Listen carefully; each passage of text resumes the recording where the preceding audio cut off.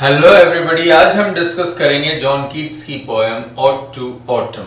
Yes, ode जिसका मतलब होता है सॉन्ग, और ऑड एक ऐसी पोएम होती है जिसमें स्टाइल ऑफ राइटिंग काफी एलिवेटेड और इवन सब्जेक्ट मैटर का जो ट्रीटमेंट है वो भी काफी एलिवेटेड होता है।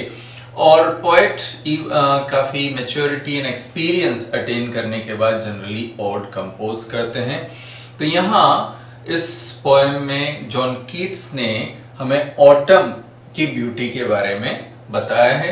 जनरली पोएट्स ने स्प्रिंग की ब्यूटी के बारे में तो काफी लिखा है कि स्प्रिंग ब्यूटीफुल होता है, लेकिन यहाँ पर कीट्स हमें बताना चाह रहे हैं कि ऑटम की भी अपनी ब्यूटी है। Autumn two is beautiful. तो इस पोएम को 3 स्टैंजा में डिवाइड किया गया है और इसमें जो पहला स्टैंजा है वो सीनिक ब्यूटी को एक्सप्लेन करता है। तो ऑटम की जो सीनिक ब्यूटी है वो क्या है, वो हमें फर्स्ट स्टैंजा में बताया है। तो लेट्स सी किस तरह से पोएट यहाँ पर बड़े ब्यूटीफुल मैनर में ऑटम की ब्यूटी हमें बता रहे हैं, उसको एक्सप्लेन कर रहे हैं। So let's see. Season of mist and मेलो fruitfulness, close bosom friend of the maturing sun। So ये जो सीजन है ऑटम सीजन, इसे पोएट ने कहा है सीजन ऑफ मिस्ट। मिस्ट यानी धुंध वाला सीजन, फॉग वाला सीजन। तो एक ऐसा सीजन होता है सीजन ऑफ मिस्ट एंड मेलो फ्रूटफुलनेस। मेलो मतलब माइल्ड। तो ये फलों के पकने का सीजन भी होता है कि कैसे जो है फल इसमें धीरे धीरे पकना शुरू हो जाते हैं, राइप होना शुरू हो जाते हैं। तो और close bosom friend of the maturing sun, यानी ये जो सीजन है ये सन का एक क्लोज फ्रेंड होता है। Close bosom friend of the maturing sun कहने का मतलब ये सन का एक क्लोज फ्रेंड, घनिष्ठ मित्र, ऐसा पोएट यहाँ पर बता रहे हैं कि it is the close friend of maturing sun. क्यों ऐसा कहा गया है? क्योंकि ये दोनों मिलकर के, ये सीजन और ऑटम और सन दोनों मिलकर के फलों को पकाने का काम करते हैं। और भी कुछ, जैसा कि पोएट यहाँ पर हमें बता रहे हैं, close bosom friend of the maturing sun, conspiring with him how to load and bless. तो ये दोनों मिलकर के कंस्पायर करते हैं, कहने का मतलब षड्यंत्र रचते हैं। यस, सन और ऑटम सीजन ये दोनों मिलकर के कंस्पायर करते हैं, एक षड्यंत्र रचते हैं। How to load and bless the vines that round the thatch eaves run, यानी जो वाइन मतलब अंगूर की बेल, तो कैसे उन अंगूर की बेलों को अंगूर के गुच्छों से, फल से लादा जाए। अंगूर की बेल जो थेचीव्स, ईव्स जो थेच का मतलब छप्पर, ईव्स का मतलब उसका किनारा। तो जो छप्पर का किनारा होता है, जो छत का कगार होता है, तो जैसे अंगूर की बेलें लोग फैला देते हैं ताकि वो और बढ़े और फैल जाए।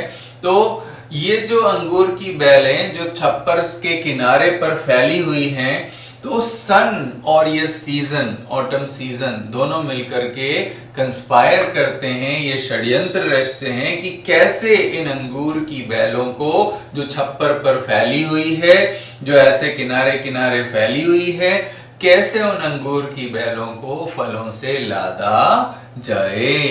तो ये मिलकर के कंस्पायर करते हैं, षड्यंत्र रचते हैं। और नॉट जस्ट दिस, केवल इतना ही नहीं, साथ में क्या, and bend with apples the most cottage trees.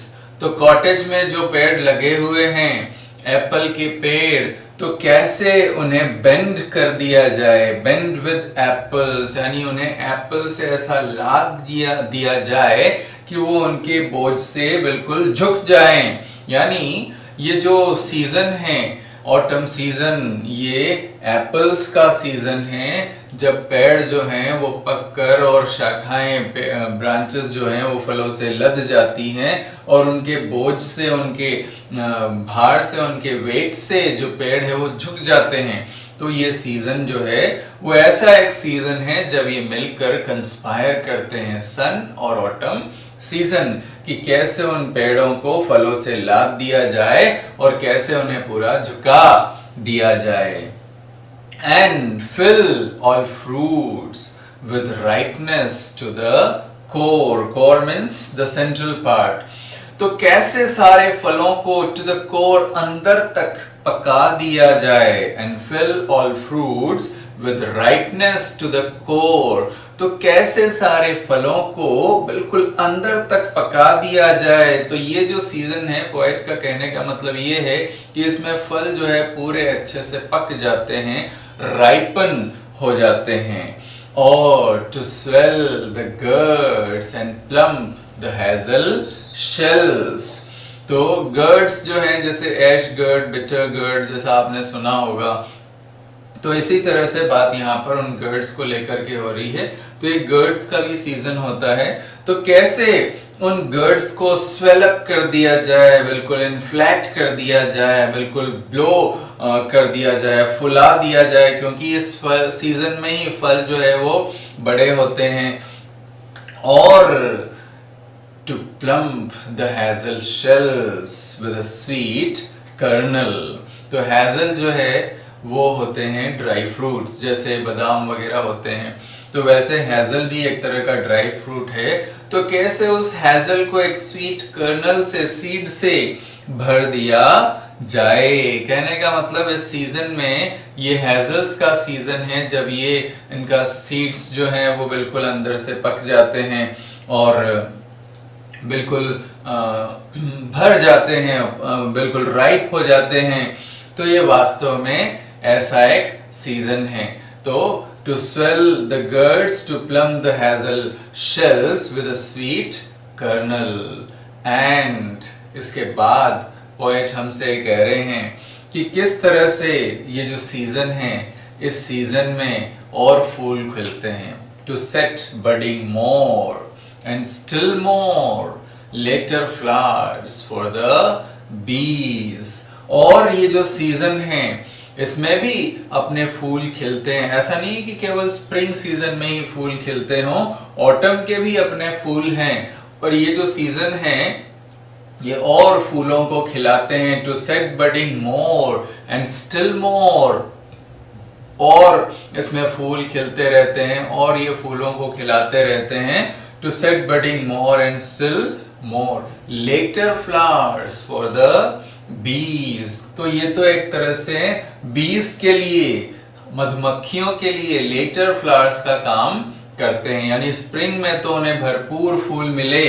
अब जो ऑटम सीजन है, ऑटम सीजन के भी अपने फूल हैं। तो जब वो मेन सीजन ऑफ फ्लावर्स जो है वो निकल जाता है तो उनके बाद ऑटम में भी उन्हें कुछ फूल मिलते हैं। To collect the nectar and to store in their hives as the honey. तो ये उनके लिए और नेक्टर कलेक्ट करने में हेल्पफुल होते हैं, इसलिए लिखा है letter flowers for the bees. और ऐसा लगता है जैसे उनको ये लगने लगता है that warm days will not cease, और उन्हें ये देख करके लगने लगता है कि ये जो वार्म डेज हैं ये सीज नहीं होने वाले हैं, ये खत्म नहीं होने वाले हैं। For summer has overbrimmed their clammy cells, क्योंकि उनके जो क्लैमी सेल्स हैं, मतलब वो जो बी हाइव हैं, वो बिल्कुल ओवरब्रिम यानी ओवरफ्लो हो रहा है। किससे? नेक्टर से। तो मतलब अब समर सीजन चला गया, ऑटम सीजन है, और ऐसा, और ऑटम सीजन में भी खूब सारे फ्लावर्स जो हैं वो खिलते हैं, जो एक तरह से इनके लिए लेटर फ्लावर्स का काम करते हैं। तो अब बीज को ऐसा लगता है जैसे जो वार्म डेज हैं वो खत्म होने वाले नहीं है, जैसे मतलब ये अब भी प्रोलॉन्ग हो रहा हो, ये अब भी चल रहा हो, क्योंकि उन्हें अब उनके जो बी हाइव्स हैं वो तो नेक्टर से भी बढ़ चुके हैं, बिल्कुल ओवरफ्लो हो रहे हैं।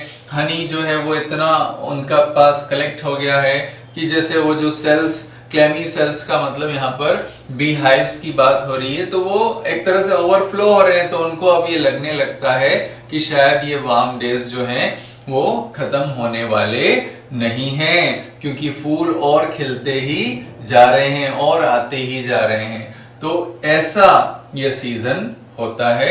ऑटम सीजन में इस तरह से हमें एक नज़ारा देखने को मिलता है कि एक तो धुंध वाला मौसम होता है, मिस्टी सीजन होता है, फलों के पकने का सीजन होता है, हर तरह के फल और वेजिटेबल्स फ्रूट्स जो हैं वो बिल्कुल राइप हो जाते हैं और एक स्वीट कर्नल से, स्वीट सीड से भर जाते हैं। मधुमक्खियों को भी ऐसा लगने लगता है कि जैसे वार्म डेज जो है वो ख़त्म होने वाले नहीं हैं, क्योंकि ऑलरेडी उनके जो क्लैमी सेल्स हैं, जो हाइव्स है, वो मधु से, नेक्टर से बिल्कुल भर चुके हैं और फूल जो हैं और खिलते ही जा रहे हैं। तो ऑटम सीजन की अपनी एक ब्यूटी है, अपना एक बिल्कुल एक लैंडस्केप व्यू है, एक सीन है, और उसी व्यू को, उसी सीन को पोएट ने यहाँ फर्स्ट स्टैंजा में डिस्क्राइब किया है।